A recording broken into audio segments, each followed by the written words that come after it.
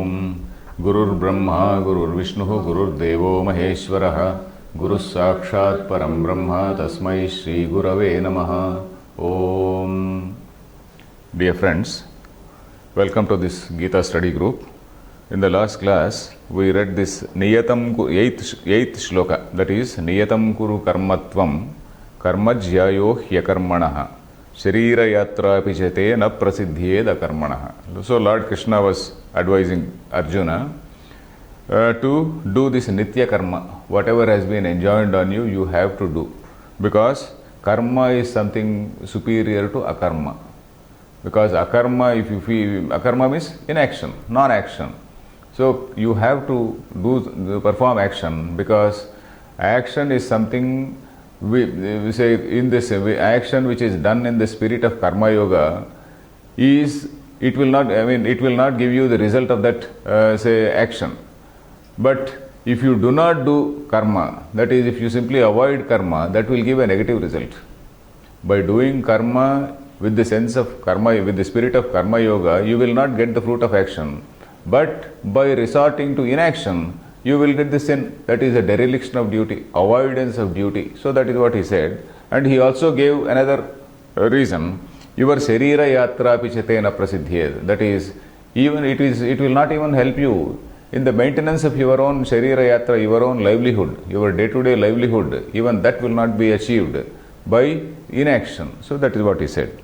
And then in this shloka again, similarly he is going to explain. He is going to make one statement as to when karma becomes binding, as to when it does not, it is not binding. So let us read the shloka. It is like this. Yajñarthat karmanonyatra lokoyam karma bandhanaha tadartham karma kaunteya mukta sangas samachara. I repeat. Yajñarthat karmanonyatra lokoyam karma bandhanaha tadartham karma kaunteya mukta sangas samachara. So first thing we have to do is to split up the words. So yajñarthat karmanonyatra, it is in one chunk. So this chunk, if you break it, yajñarthat is one, karmanaha anyatra, yajñarthat plus karmanaha plus anyatra. Then lokoyam breaks into lokaha plus ayam. Loko, after that there is an avagraha, akara praslesha also it is called. Lokoyam is lokaha ayam. Ayam lokaha, this world. Ayam lokaha. Karma bandhanaha. Karma bandhanaha is one samasa. It is not two words. Karma plus bandhanaha, they come together to form one word, that is karma bandhanaha. I will explain that. Then the second line, tadartham karma kaunteya. Kaunteya is sambodhana. Hey Kaunteya, O son of Kunti. Kaunteya is, hey O son of Kunti. Mukta sangaha samachara. Mukta sangaha samachara. Mukta sangaha is again one word. It is not two words. Samachara. Sam plus achara, samachara. You do well, perform well. So that is what it means. So let us see the, say our usual practice is to identify the verb. What is the verb here? In the first line is yajñarthat karmanaha anyatra lokaha ayam karma bandhanaha. There is no verb. But even without that, it is an independent statement. It is a statement. Let us see what are the words. Ayam lokaha, lokoyam, that is ayam lokaha, yajñarthat karmanaha anyatra. In actions other than. Anyatra means other than. Anyatra means other than. Other than what? Yajñarthat karmanaha. In actions other than karmas which are performed for yajna. Yajñarthat. Yajñartha means, yajñartham karma means an action which is performed for the sake of yajna. Yajñarthat karmanaha is in Panchami Vibhakti. Both are in Panchami Vibhakti. Karma is in Panchami Vibhakti. Karmanaha, when you say karmanaha, it is in Panchami. Yajñarthat also has to become Panchami Vibhakti. Yajñartha should also become Panchami Vibhakti. So that is why Yajñarthat karmanaha. That is, say, in actions other than those relating to yajna. Then what happens in such actions? Ayam lokaha, this loka, or all the people. This loka means, this world means, this all the people become karma bandhana, the person, not even the person, not even people, it becomes lokaha means, ayam lokaha means this human being, let us say. Lokaha here refers to the human being. Karma bandhanaha. Karma bandhanaha means karma, one for whom karma is binding. This is karma bandhanaha is called bahurihi samasa. Bahurihi samasa means when you explain the two words, when the connection between the two words, the person intended is not mentioned in these two words. Karma bandhanaha, I will explain, you may note down also. Karma bandhanam yasya saha. One for whom karma becomes binding. That in English, karma bandhanam yasya saha is Sanskrit. Karma bandhanam yasya saha. In English, if we want to say, one for whom karma is binding. Karma is action, bandhanam means bondage, yasya for whom, saha, the one for whom. So, the person who is actually intended is not mentioned in these two words.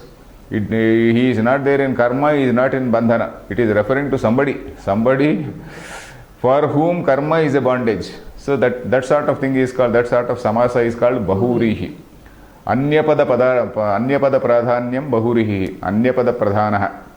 That is, Anyapada means, in samasa there are 2 or 3 or more words. But then in these words, the subject is not indicated. These words only described and the actual person is somewhere else. So that is it. Pitambaraha. Suppose I say Pitambaraha. That is a standard example for bahurihi. Pitambara means Pitam. Pitam means that yellow. Ambaram means dress. Pitambaraha means Pita is yellow and say Ambaram is dress. So it is in English, if you want to say those red heads or those red shirts, you bring all those red shirts, I say. I say bring all those red shirts. That means those who are wearing red shirts. I am referring to those who are wearing red shirts. So similarly, Pitambaraha refers to the one who is wearing this yellow dress. Who is that? Pitambara refers to usually to Krishna or Vishnu. So he is supposed to be wearing that, what is that, silken robes, that yellowish saffron or silken robes. So that is why that Pitambara is again a bahurihi, where Pita and Ambara, they don't contain the meaning there. It is referring to someone else. So this karma bandhana is one such word. So if you see this statement as such, this whole lokaha ayam, this particular human being, lokoyam, it refers to the every man. Lokaha is every man. All this particular person, karma bandhanaha, karma bandhanam yasya saha, that is a person for whom karma is a bondage, where yajñarthat karmanaha anyatra, in all actions other than those relating to yajna, he is one who is bound. Karma becomes binding on him. In all actions which are there, which are performed other than yajna, in all actions which are performed, which are unrelated to yajna, let us say, in all actions which are unrelated to yajna, a person is bound. I will explain what is that yajna. Then let us see the second line. Second line again is an independent line. Tadartham karma kaunteya, he kaunteya, mukta sangaha samachara. Tadartham, for that sake. For that sake means for the sake of that yajna. Tat plus artham, tadartham.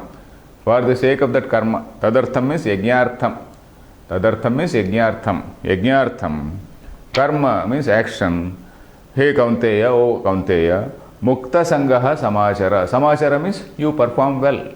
Perform well, but with what, say, frame of mind? Mukta sangaha. Sangam muktaha yasmat sa mukta sangaha. This is again a bahurihi.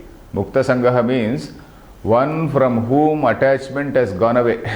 Mukta sangaha, one who is freed from attachment. Mukta means freed.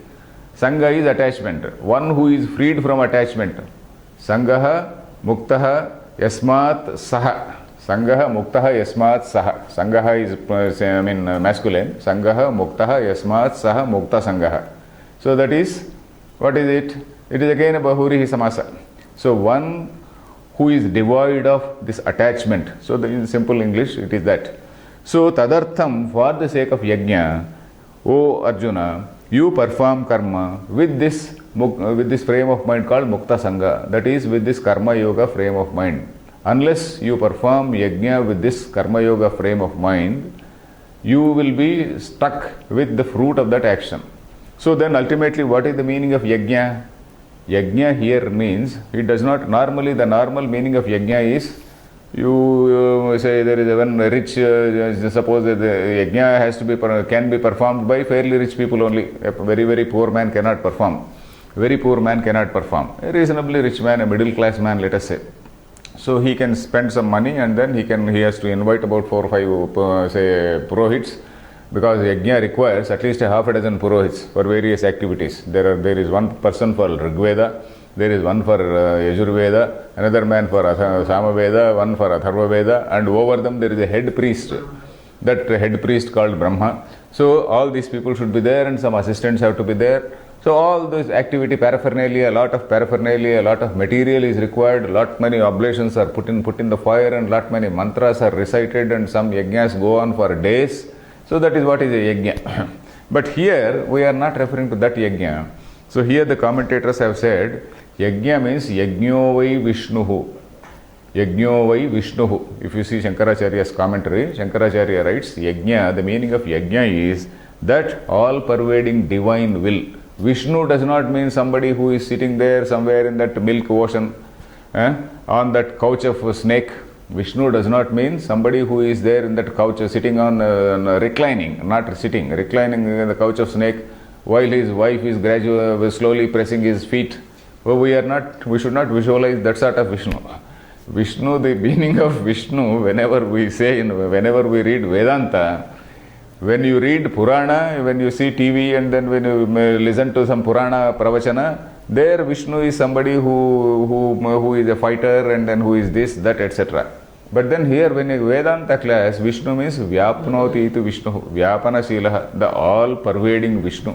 That is that divine will. So we are referring to that yajna. Yajna here means any activity done in that karma yoga mode of mind. Karma yoga frame. So that is why earlier I told about Panchamaha yajnas, Deva yajna, Pitru yajna, Atithi yajna. You are giving food to Atithis, to guests. So that is again a yajna. You are giving food to all animals. That is a yajna. You are doing some other noble activity. That again is a yajna. You are constructing a hospital. That is a yajna. You are constructing a school. You are helping some, some other people. You are helping some scholars. You are helping some scholars to study. So that is again a yajna, because the brahmacharya, supporting brahmacharyas, brahmachari is somebody who is studying Veda. You are supporting somebody who is studying Veda. So that is a yajna. So all these things, they are called yajna. So here yajnarthat karmanaha anyatra means, in actions other than those performed for the sake of yajna, a person is bound by the karma phala. Karma bandhanaha means, he is bound by the karma, means he is bound by the karma phala. Karma phala, that means that karma phalam is invariably there. Then tadartham, therefore, for the sake of yajna, that means with that spirit of sacrifice, with that spirit of helping others, with the help of, as your contribution to the social well-being, you do karma mukta sangaha, without any attachment. Samachara, hey Arjuna, mukta sangaha karma kuru. Samachara means kuru, sam plus achara. Achara, you do. Acharati, charadhatu, acharati, that is performs. Samachara, it is lot again. Lot is imperative, it is an imperative there. So this is verse 9. So you come to verse 10. Then again he is explaining what is this, the whole constitution of this world. How this world has been constituted. World is actually interdependent on so many things. Everyone has to do his job. Everyone has to contribute his, whatever action he does, he has to contribute his action to the general good. So that is how the world can go on. If everybody is self-seeking, the world cannot go on. So that is what he says. That is what he said in the next shloka. I will read out. Sahayajna praja sruštva purovacha prajapatihi anena prasavishyadvam yeshavostvishta kama dhuk. Sahayajna praja sruštva पुरोवाच प्रजापतिः अनेन प्रसविष्यध्वं एषवोस्त्विष्टकामधुक्. That एषवोस्त्विष्टकामधुक् is slightly tongue twister, but we have to slowly do it. एषवोस्त्विष्टकामधुक्. So let us break the words. Saha yajñāha. It is one combination only. It is a samasa. Saha plus yajñāha. Saha yajñāha. Saha yajñā means saha yajñāha. Along with that yajñā, it is a samasa there. Saha yajñāha. Saha yajñāha is singular. Saha yajñāha is plural. Saha yajñāha means associated with yajña. Say prajaha. Prajaha saha yajñāha srushtaha. Here sruštva, having created. So saha yajñāha prajaha sruštva purovacha. Purovacha breaks into pura plus uvacha. Pura means in olden days, long ago, in the beginning. Uvacha means told or decreed. He decreed. Who? Prajapati, the creator. Prajapati, the creator, decreed like this. What? Anena prasavishyadvam. By this yajna.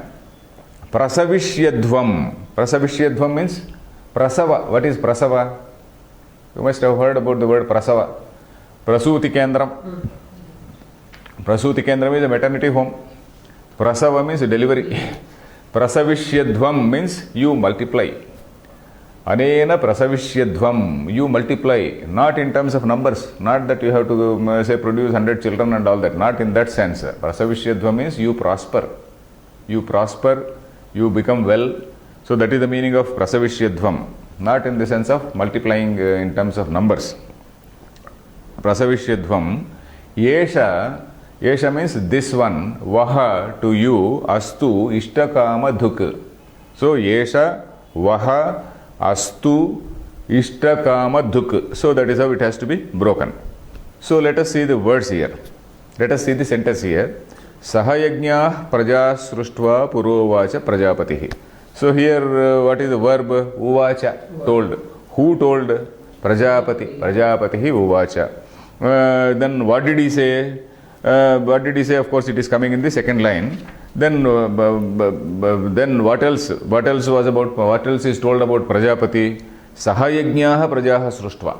That is, when did he say? That is, having sruštva, having created. Sruštva means having created. That tva pratyaya. Having created sruštva, bhuktva, pitva, so all those things. So having created whom? Prajaha. Prajaha means all the people.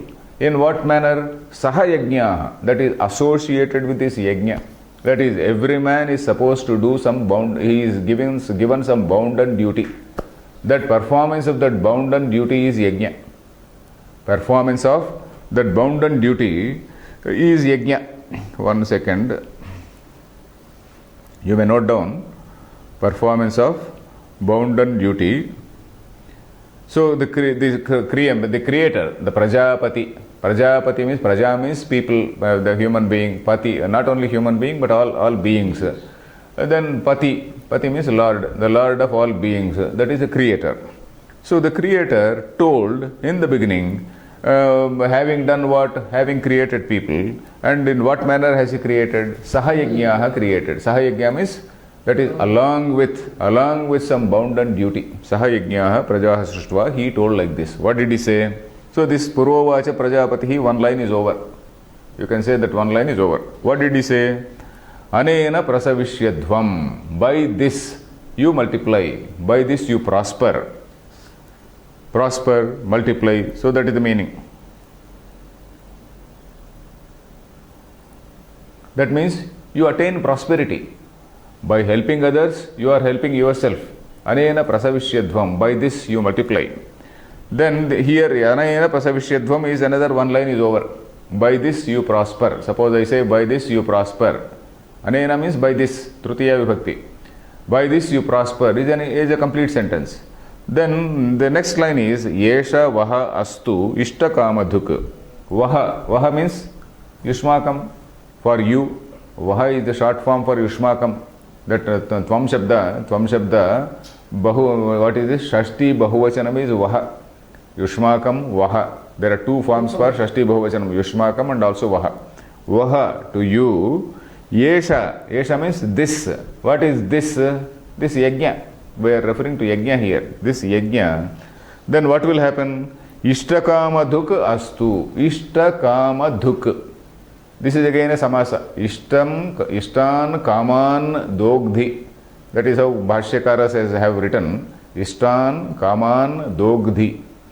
That is, it gives Ishtan kaman. Ishtan kaman means all desired things. All desired things it gives. This yajna is the thing which gives all desired fruits. Ishtakama dhuk. Dhuk means it is from one dhatu called duh. Duh means to milk a cow. Dogdhi means it milks, it gives milk. What is that milk? Ishtakama. Whatever your desires are, all those desires are, they are milked from that. So we say milk, we use that word in a rather metaphorical sense. So all these fellows are milking that, say that organization, we say. Suppose we say, all these rascals are milking that organization. What is it? So they are eating away. So this Ishtakama dhuk is something like that. So it will give you that, it will milk you all your desires. So that milk is used in a metaphorical sense. So now we will continue in the next class. So this Anvaya, sorry, I have to tell this Anvaya, the second line. Anena prasavishyadhvam is one line. Vaha, to you, Yesha, this particular yajna, Ishtakama dhuk astu. So it will may it be something that milks you all your desires, all your desired fruits. So it will milk you. So that is the shloka. We will continue next.